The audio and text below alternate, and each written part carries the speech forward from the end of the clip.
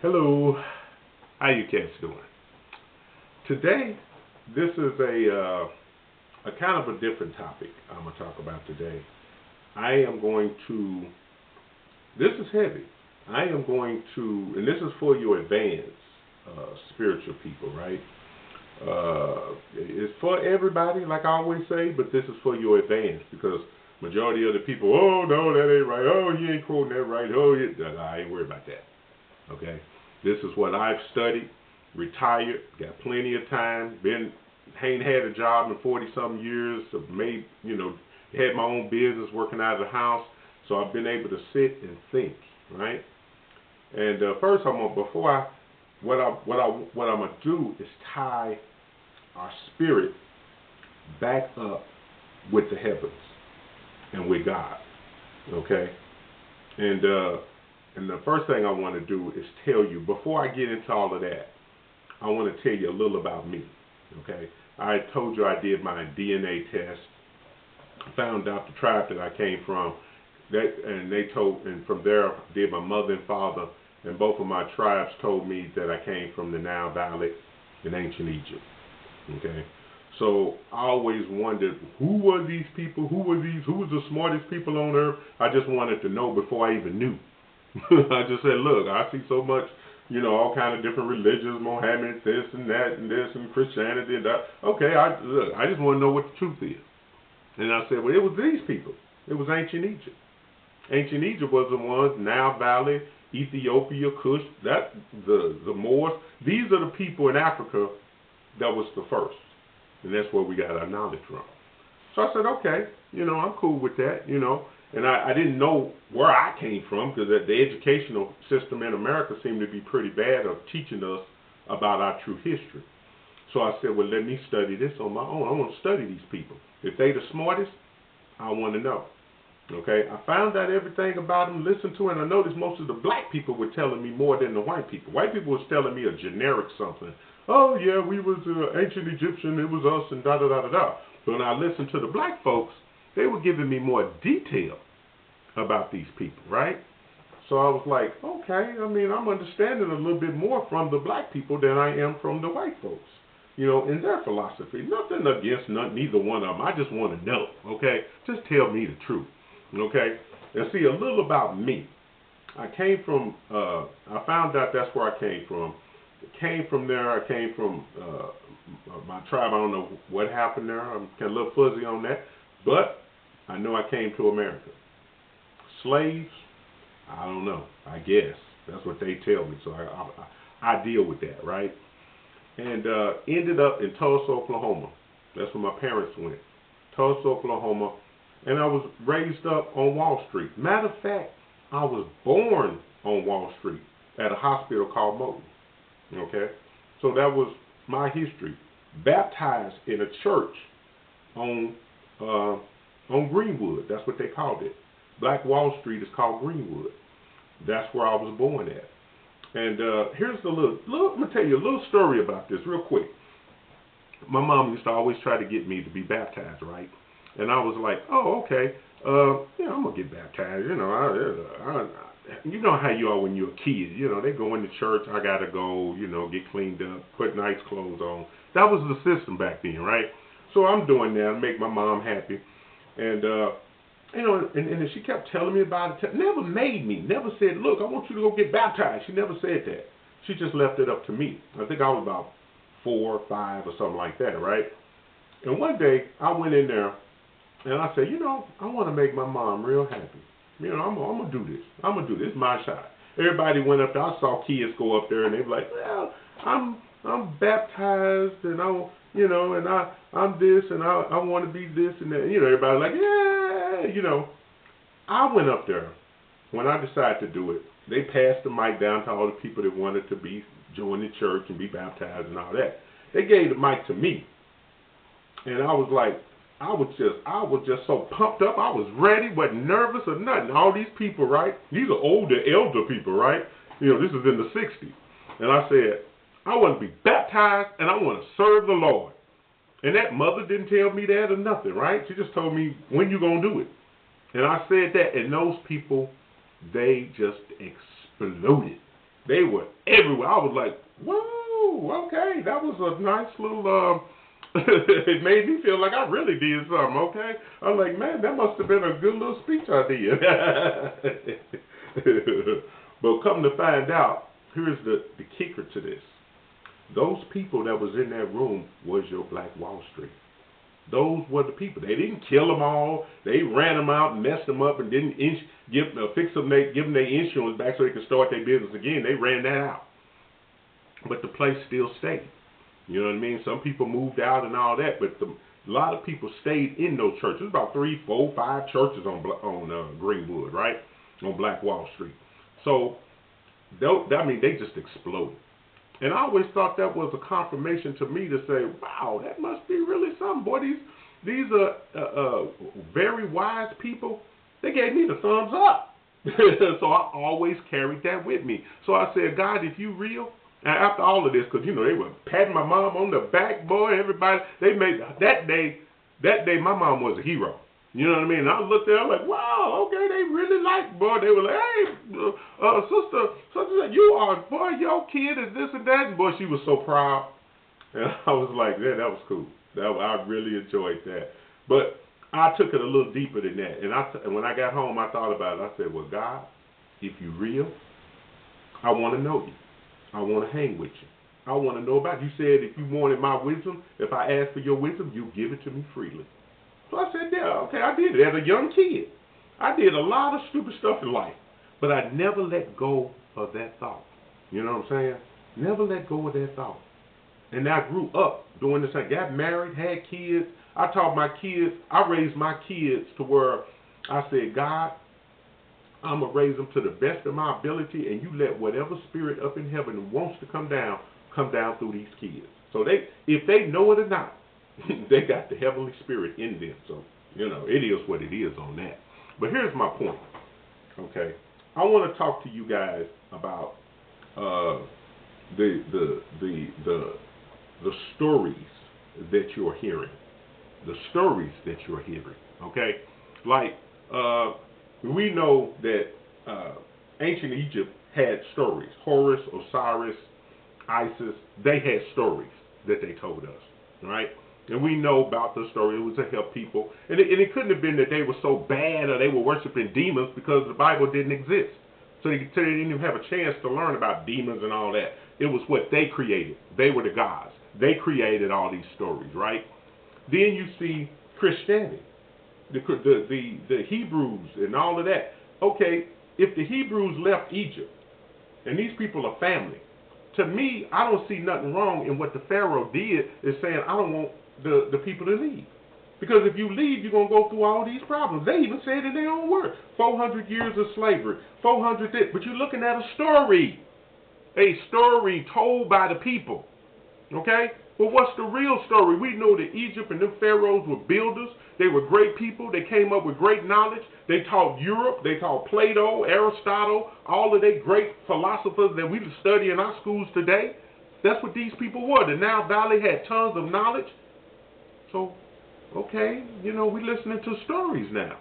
And then your stories are all over the world, because people spread out all over the world, right? You listening to stories. Stories. The Bible is a story. You know what I mean? Some real, some metaphor made up. But these are stories. Okay, we all should know that. But some of us believe it 100%. If it ain't real, it ain't this, it's this. You don't believe everything in the Bible? Come on now. We got to grow beyond that. We got to go beyond that. And the reason I can do that, because you won't be able to go where I'm getting ready to take you. And I'm taking you back to God right now. You see what I'm saying? I'm taking you back to God right now. Okay? What you got to understand, here is the bottom line that you have to understand to be able to go any further. You have to know God is 100% love. He is 100% love. He cares about you. He loves you. He does whatever he can do to make you happy. And everybody that loves him believes that same way. That's why heaven is heaven. Okay? And when God made all of these spirits to be a companionship to him. And as far as I know, it was in the billions. of spirits. Not all spirits wanted to follow that plan. And they started out right, but 1/3 decided to say, I'm going to do my own thing. And that 1/3 is what God says, look, we got to help them.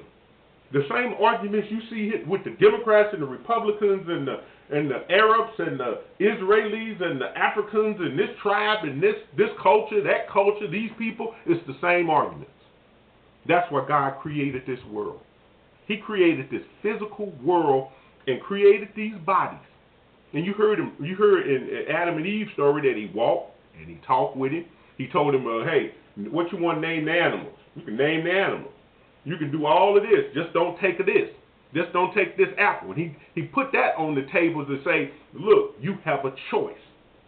And Satan came to him and said, look, he said that he knows if you take that, you're going to be like him. Did Satan lie? Did he deceive him? No. Satan told the truth. Why does Satan need to lie? He told him the truth. You're going to be like God. But see, here's the key. That's what God wanted. He wanted that man in that human body, in that body, that spirit, that angel in that body. He wanted him to learn. He wanted him to learn good and evil. Because in heaven, all they did was good. It was that 1/3 decided to do what they wanted to do, and they caused chaos in heaven, just like you see chaos today. You see the same thing. When they created that man and he started growing, right? He started developing year after year, writing things down in ancient Egypt and telling people, even in the Hebrew, the Hebrew Israelites, they had the same thing, that they broke away. The Pharaoh said, no, stay with us. We our brother. You our brother. Stay with us. Okay? Stay with us because, there's a jungle out there. And we see that. But the Hebrews left. And he said, and they gave predictions on them. They're going to be in bondage for 400 years. People are going to treat them like crap. And believe me, I'm the end result of that. Okay? So I know the crap. I know it's in my head. It's in my DNA. I know it. Right? But I'm still connected. And here's where I'm getting ready to take you guys. Buckle up. I always tell I said, boy, y'all better buckle up. I remember Khalid Muhammad used to say that. He said, y'all better buckle up. You better buckle up. I'm going to tie you back to God. Okay? The God, God, he in this big mansion, he in this big palace in heaven. Yeah, he got all that. But he loves you so much, he wants to be with you and in you. Okay? He wants that thought in you, and this is the time. Okay? We got the media now that we can splash this all over the world. He can get actually in you. Right? You ain't walk. You can walk with him if you ain't ready for it. He can walk next to you. He can be in the same room. He can be down the street, wherever you want him. But that God spirit wants to be in you and live with you. Your ideas correlating with him. Just like Jesus said, if you've seen me, you've seen the Father. Okay? Just like with me. If you've seen me, you've seen Jesus. If you've seen me, you've seen Buddha. If you've seen me, you've seen the African chiefs. If you've seen me, you've seen the pharaohs. If you've seen me, you've seen the religious leaders around the world. You've seen the African chief, the African chief, the Indian chief. You see what I'm saying? The Mohammed. You've seen me. You've seen him through me. Because I take the positiveness of everybody's spirit. That's who God is. God ain't rejecting nobody. What he's doing is trying to save the lost.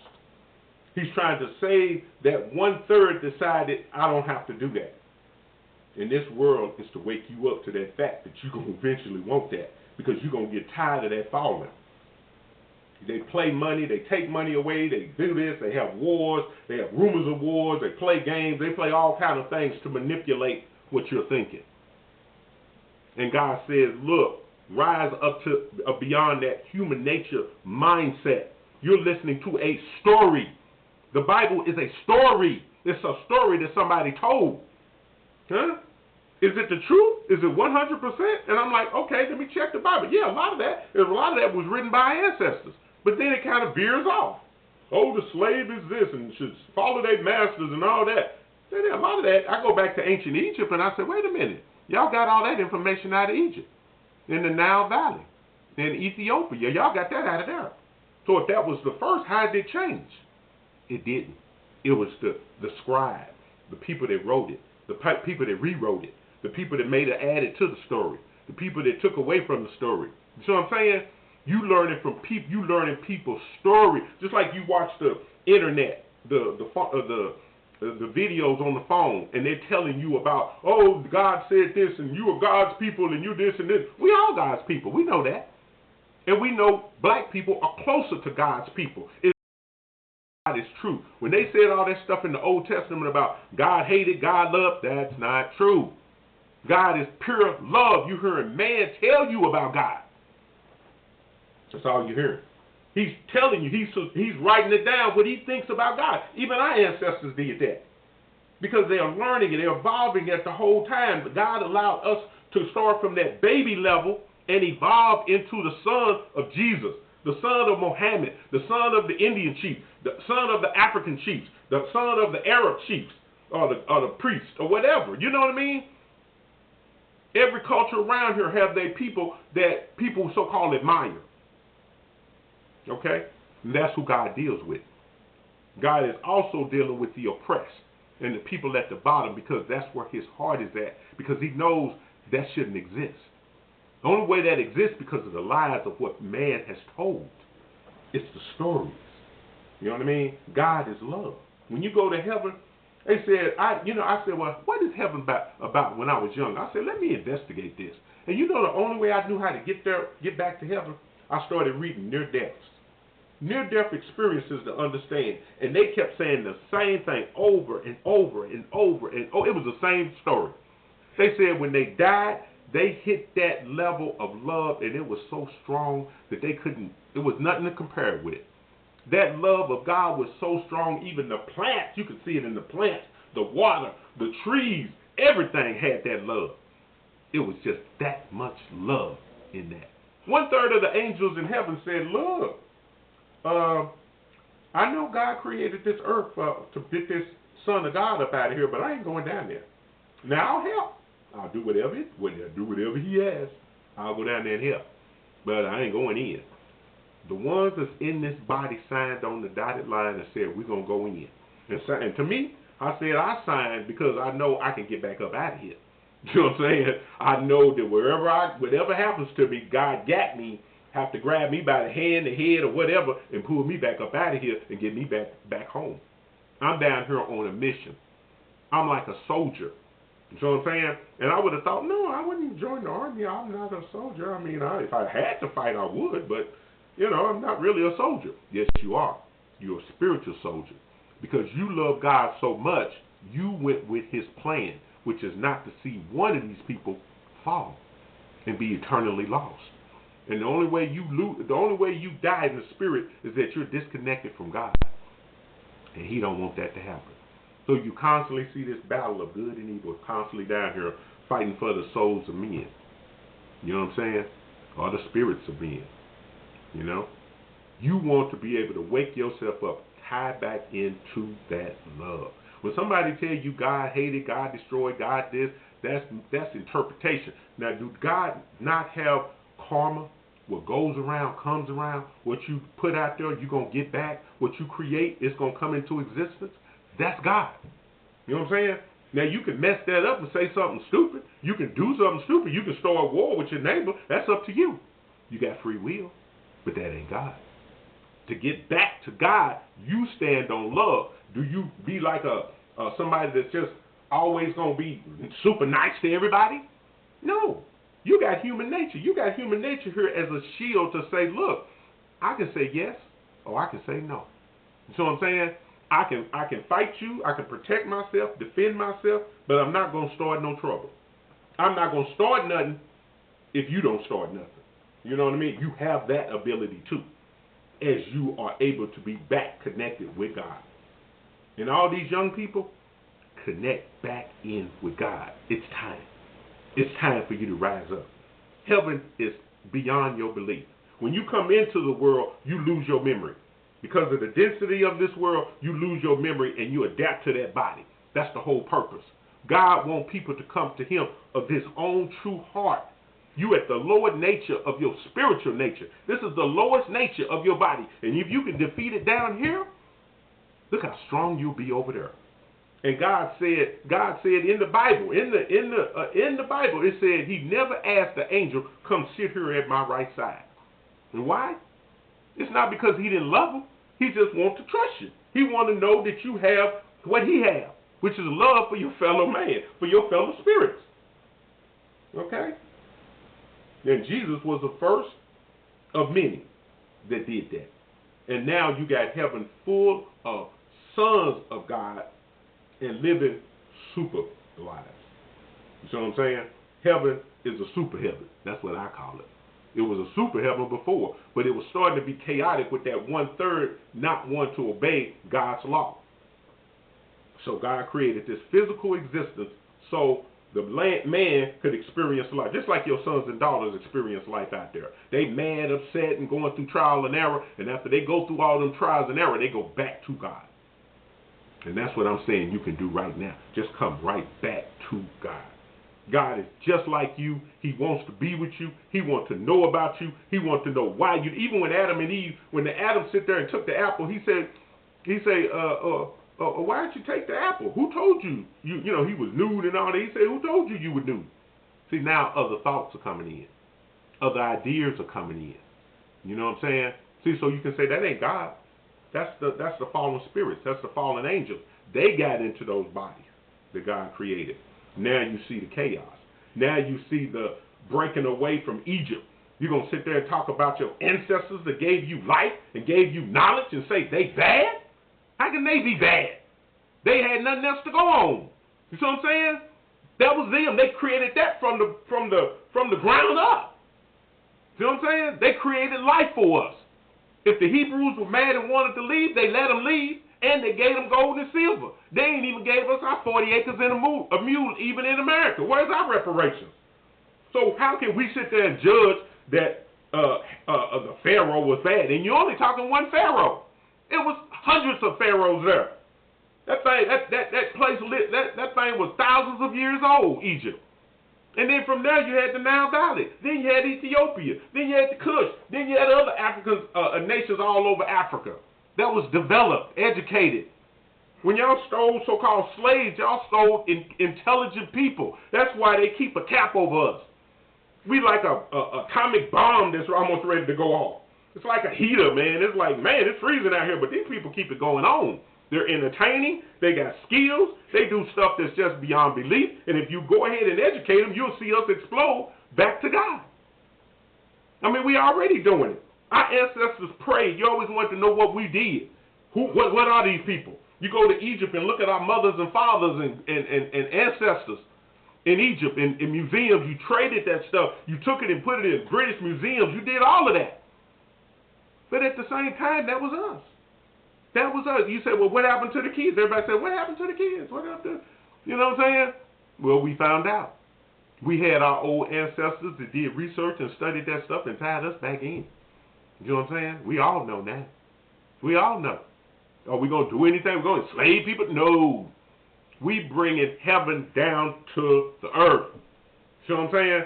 That's what the ancient Egyptians were doing. They were creating heaven on earth. That's what they were doing. And when they realized the rebellion from human nature, they started creating different gods to keep people calm, to keep them loving, to keep that spirit there from the knowledge of the fallen angels.